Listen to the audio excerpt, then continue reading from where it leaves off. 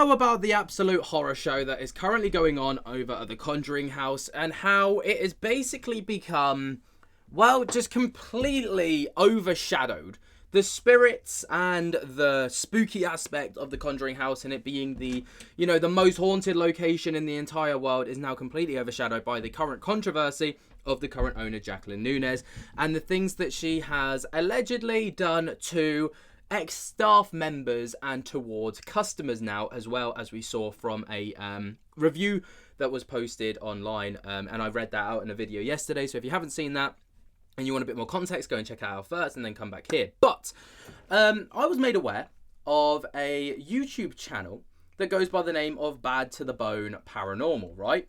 Now, Bad to the Bone Paranormal made, basically promised to read out messages from Jacqueline Nunez. So, they put up a statement, up a thumbnail at least, that says, I've been asked to read a statement from the Conjuring house. So for me, that obviously read as it was going to be a statement from Jacqueline Nunez herself. But that wasn't what it was. It's not actually that at all. And what it is it's basically statements from people that used to work there and ex-customers and stuff like this that have spent a lot of time at the Conjuring house. It's a 3-hour long video. So it was a live stream, so it's a 3-hour long video now. If you want to go and check out the full thing, go over to Bad to the Bone Paranormal's YouTube channel and check out the full thing. But I'm just going to give you the takeaway points that I had from this live stream, because it was very interesting, to say the very least. There were some truths that came out in this that make a lot of sense, and things that I'm sure you probably won't be surprised to hear. But there were also some things in this that I was like, wow, okay, that's I didn't expect to see that come in. So, you have to kind of like sift through the video to see, because it's not kind of chopped up. But if we start from around the 15-minute mark, okay, that's when we start to get into the nitty-gritty of the entire situation. I'll pause it along the way to share my points and views, because, my points and views do differ to that of Angelina's, which is, this lady here, Bad to the Bone Paranormal. Right, let's go. And I'm praying for Jacqueline. Jacqueline does have a mental illness. So, there you go. Straight off the bat, we've got that. By the way, it's worth noting that prior to this, there was a bit of build-up that says that Angelina was very critical at points of the Conjuring house and, made fun of the whole situation at times, openly admitted to that as well within this live stream. Said that she's had contact with Jacqueline Nunez privately on Facebook Messenger and has kind of struck up, I guess, a bit of a friendship. Apparently, Jacqueline's been nothing but nice behind the scenes and stuff like that, which, fine. And then she's taken a couple of videos down that she did about the Conjuring house, and then this is what's kind of led to this live stream, worth noting. But obviously there, she states that Jacqueline has got a mental illness of some kind, which affects their mental health. She does. I don't know if I can say what type of mental illness she has, so therefore I'm not going to say it. And it doesn't need to be said, because the point is she has a mental illness. Her current staff that works there, that have not been there as long as the Katori Empire and Corey and Jen and everyone I complained about her, Aaron Bush, all them people. I'm going to stop saying their fucking names because it makes me want to vomit in my mouth. Knew way before they resigned that Jacqueline had mental health issues. I believe that 100% through talking to other employees and other customers and people who work there. Tonight I'm going to... Okay, so it's worth noting there the terminology used, right? So basically they're saying that the ex-staff that left were aware of their mental health, or of Jacqueline's mental health, struggles and stuff like this, and her mental illness. But then also goes on to say that that's what she believes based off of other conversations she's had.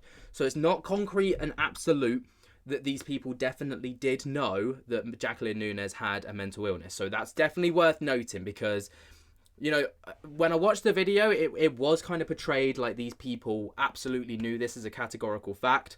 But, as Angelina says there in her own words, that's not 100% necessarily the case. Not me throwing shade before anyone gets the wrong idea, gets upset about it. It's just me stating a fact that, use like from the terminology used, that's what's said. Okay? Share with you two statements, one from an employee, a former employee, not from the first group that left, and one from a customer that spends an awful lot of time at the Conjuring House, an awful lot of time. So, Jacqueline has a mental illness. It is believed by me and other people that the people who quit knew about this, and instead of telling people straight out she has a mental illness, they make up other excuses and basically say, to me, they make her sound like she's the biggest bitch in the fucking world. That's what it sounds like to me. And instead of having human compassion, they go on the internet and bash her name, which I don't understand. I don't understand why they did that. They knew she had a mental health issue, and they go on the internet and talk shit about her. That's just my opinion. Everything I'm saying here is my opinion.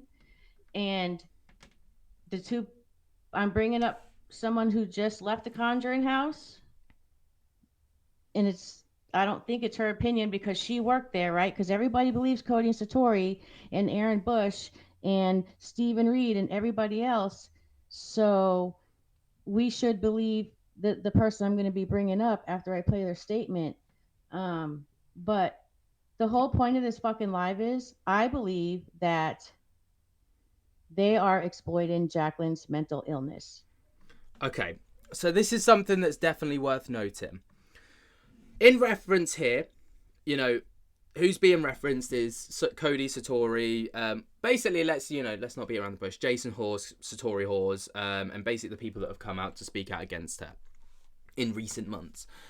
Now, this is something that's being touted across the internet, and I've seen it multiple times across many different comment sections. Is that apparently Jason is using the situation and trying to destroy Jacqueline Nunez and all the rest of it. And I can't help but strongly disagree. Because, we've all seen the emails, the proof of emails that people have received. We've all heard Brian Dansero's story of how he got fired for apparently stealing money, which he's not the only one, apparently, as Angelina Port brings in someone else in a moment. We've seen multiple other things. We've even seen reviews now from people and customers who have actually visited the Conjuring House and have physical proof in the form of video and audio that, they have been mistreated by the owner of this establishment. And not only that, but they've basically been conned out of their money, because after being promised a full refund, we're on day 3 now, and as far as I'm aware, there hasn't been a refund to this person. So, we're in a very tricky position here. And I don't think that Jason Hawes' intent is to, badmouth or strong-arm the Conjuring House. He's already said that he wants nothing to do with the place. He doesn't want to buy it. He has no intention to do that. There seems to be no, there is no motive for him to want to do that either. As far as I'm concerned, he's just trying to warn off people from going there to avoid situations like what we'd read from a review from someone who physically went there only a few days ago, So that's how I view it anyway. People might disagree with me. They might agree with me. Ultimately, that's just my point of view from it. And I feel like I've been quite involved with the situation from an outside perspective. I haven't received emails, thank God. But, strong letter to follow, I suppose. I absolutely fucking believe that. I could sit here for hours and tell you guys everything and every reason that makes me believe that, and all the research that I've done and all the messages and videos and just everything I got, and you would think the same thing too. But I'm not going to do that because I don't have that much fucking time. And I get really pissed off. I'm like really pissed off. Like, Jacqueline's not doing well right now, And I'm super fucking pissed off that people are in fucking human and are talking shit about her on the fucking internet. That's disgusting. It's disgusting. I don't care what the fuck Jason Haas says or the Katori Empire or Aaron Bush or anybody. They knew she was sick. Jacqueline Nunez has a caretaker, for God's sakes. They're sitting there crying about she wasn't here. We couldn't run the business. She wasn't here.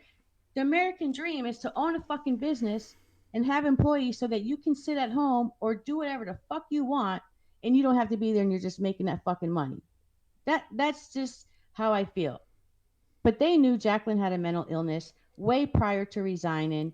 And there's a lot more that I got to say about this shit too. And that's probably going to come out in a video. But anyway, I know you guys are waiting for the statement. I am going to show you. I put it in video form. So the statement that comes up is not from the Conjuring House itself. It's from an ex-employee, or a caretaker, I think. But it's worth noting that this was put in video form by Angelina.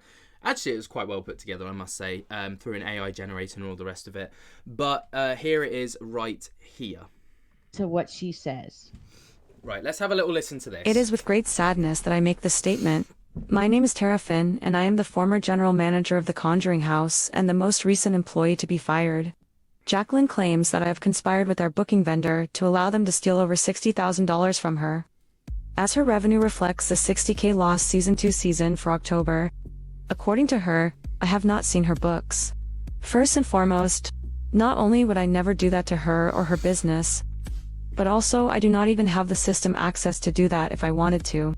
She refused to sit down and have me show her what I do and do not have the ability to do through our system. I also have the utmost confidence in Fair Harbor and do not for 1 minute believe that they would do this. By all accounts, they operate with integrity, and in fact, I have worked closely with them to troubleshoot issues to support and benefit Jacqueline and her business. During my time at TCH, she was the most kind, caring, beautiful human being to work for. I never had issues with being paid on time, nor did I have any personality conflicts with her. In fact, quite the opposite. Hugs, words of gratitude, generosity, and praise were the norm. She often referred to me as family, and in kind, I treated her as family. I worked as a liaison with law enforcement when they visited. I gave her rides home from medical stays and in general cared for her as one would, offering food, helping with her laundry, caring for her pets, etc. The simple fact of the matter is that Jacqueline is having a mental health crisis. Her brain is telling her stories that simply are not true. There is no malice, con artistry, or fakery that is happening. It is only the illness that is coming out. Jacqueline has little to no support system, and although I have heard rumors of one sibling, I have never met them, communicated with them, nor ever seen them at TCH to help her. Add the vicious emails she receives on a regular basis. I know. I was also the admin, the constant hate videos on YouTube and people calling in animal welfare checks and well checks on her personally, only add to the tremendous stress, confusion and paranoia in her brain. I am making this statement not because I believe I was treated fairly, but because I believe she is not being treated fairly either. This is a no-win situation. However, I understand that empathy and caring does not drive clicks the way scandal does. I believe that #boycott the Conjuring will not help the issue, but actively harm it. Removing the ability for the business to make money and thus let her pay medical care that she needs does not solve the problem. Bankrupting her does nothing to help her, unless of course you're hoping to swoop in and buy the house from the bank. In my opinion, if you know someone is in crisis and you use them for views, you're the nasty one. There's no amount of emails that I could receive that would make me believe she would act on them, and b. make me turn on her while she is clearly ill. Call me naive. I've slept in the same room as her and never once thought my life was remotely in danger. In a perfect world, I would like to see the court assign a conservator for her. Allow her to continue make money from the business that she has put blood, sweat, tears, and, frankly, money into, while letting someone else manage all of the day-to-day aspects and make the necessary improvements to the home. She adores TCH, and I cannot imagine would allow it to fall under disrepair the way it is if her mind was processing things correctly. I would like to address anyone that I may have been in contact with via email or phone regarding private meet and greets, meetings, merch, or private events. I was terminated Saturday, early morning via a group text, and my access to any communication was cut off immediately. I apologize to anyone who showed up at the house to meet with me, or who has been trying to contact me. It was not my intention to waste your time, ignore you, or be unavailable for you. I have had a handful of local people reach out asking if I am willing to do private investigation events. If you are interested in that, please find me on Instagram at TaraBF. A portion of any fees charged will be donated to mental health awareness and a separate fund I hope to set up to benefit the upkeep of TCH, which is in dire need of some maintenance. I ask everyone to please be kind, especially over the next few months while the Conjuring House is going through a tough time. I do not know how patrons who have paid for events that do not occur will be compensated. I assume the other GM will handle that. I wish only the best for Jacqueline, the current staff, and all of the beautiful people I have met throughout my time there. It was truly my honor to be able to share that beautiful property with so many adoring fans of The Conjuring and to be a part of so many people's bucket list. My heart is forever full from those experiences. Give light, and the darkness will disappear of itself. Desideers Erasmus. Right. Obviously, that's quite, a hard-hitting statement, isn't it? To, talk about the entire situation in its entirety. To hear from someone who knows of Jacqueline closely. And obviously thinks very highly of Jacqueline, right? But, there is no but. That sounds like I was going to put a negative connotation on it. I wasn't.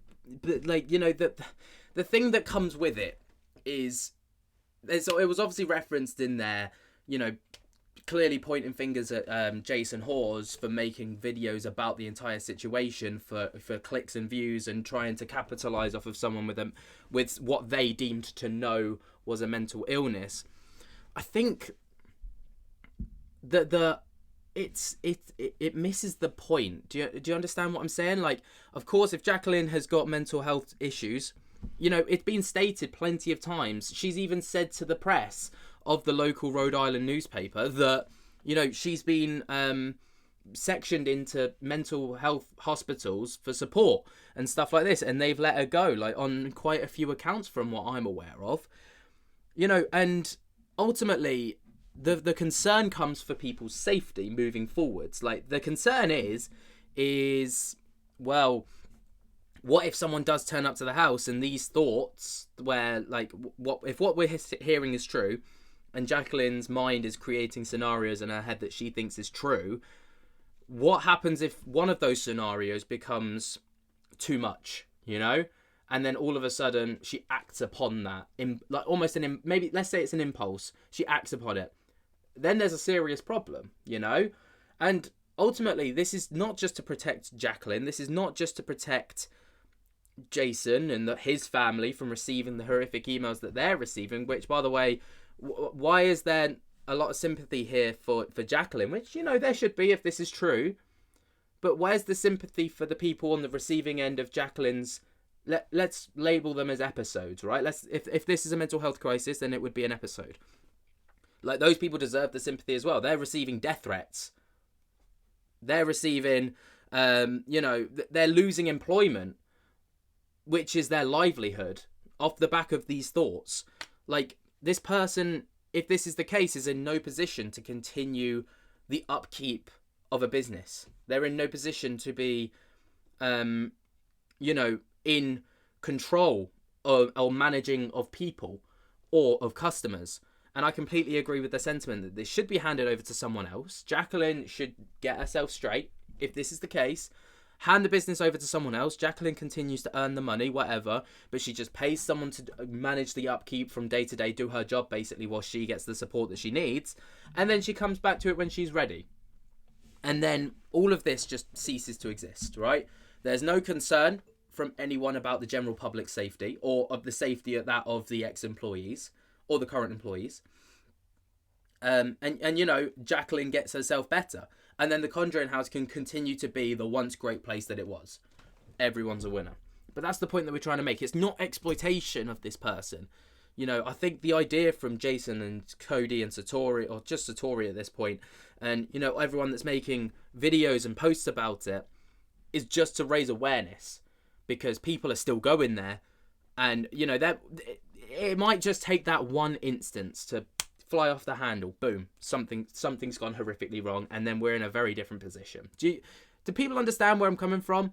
Anyway, The next part of the live stream is where this person who had this statement is actually introduced into, so this is Tara, introduced into the live stream to talk about her experience, and they speak on for a very, very long time. But there is a certain point where that I'm going to leave the video on at 2 hours and 54 minutes and 30 seconds. So around here. And I feel like this is an important point to bow out on. We know that Tara is there, so when Tara's ready, if she feels like she can knock on the door again and check on her, she will, and she'll take her a cake from me. And I want to make clear that for the folks that have planned events there, that have wanted to go there and do certain things, you know, especially coming up on the Halloween season, I don't know what's going to happen. And it breaks my heart to think that some of these events that people have planned out and are special may not happen the way that they're supposed to happen, or they may not go down the way that they hope that they would. I want to make sure that, you know, my positivity towards Jacqueline and her mental health does not negate the fact that there are people that have made plans that I think are not going to work out great. And I don't think that's okay one bit. And, you know, I worry about that. But, you know, overall, I want good wishes towards Jacqueline. I wish all of the people that go to the Conjuring House for different events, you know, hopefully the events work out the way that they're supposed to. And if they don't, I don't have much sympathy towards that. I just, you know, I don't know how to balance that. So I know. Yeah, go ahead. There you go. So I think that was important to end off on. So this person who's been fired for allegedly stealing $60,000 has basically rounded this off and said, you know, yes, I have sympathy for Jacqueline Nunez. Yes, I have sympathy for her mental health struggles. We all do. But she basically says what we're saying. If you're going to go to the Conjuring House, basically have your wits about you. You know that it probably isn't going to go down the way that you're hoping it's going to go down. You know, hopefully it does go off without a hitch and you get to go in there and you have the best time of your life. I hope that for everyone that wants to go there. But just know that there is a possibility that that might not be the case. And Tara, you know, even as someone who is incredibly supportive of Jacqueline Nunez, is basically echoing the same sentiment. So, and this is where I kind of like left it thinking like, hang on. So, you know, there's all this point where like Jason and Satori are being like almost made out to be the bad guys. And now, you know, you're kind of saying the same thing as what they are. I don't know. I was left a little bit confused. But there you go. Some statements from more people who have been involved in the Conjuring House. Like I say, if you want to check out the full 3-hour live stream, there's different little bits and pieces with a lot of different people. Go over to Bad to the Bone Paranormal's YouTube channel and you can check out the entire thing for yourself. It is under the live section, so you won't see it as a video. You have to hit the live tab and then you'll find it. But let me know what you guys think down in the comments below while you're down there. Jump scare the hell out of that like button if you haven't already. Subscribe if you're new. And until next time, I'll speak to you later. Peace.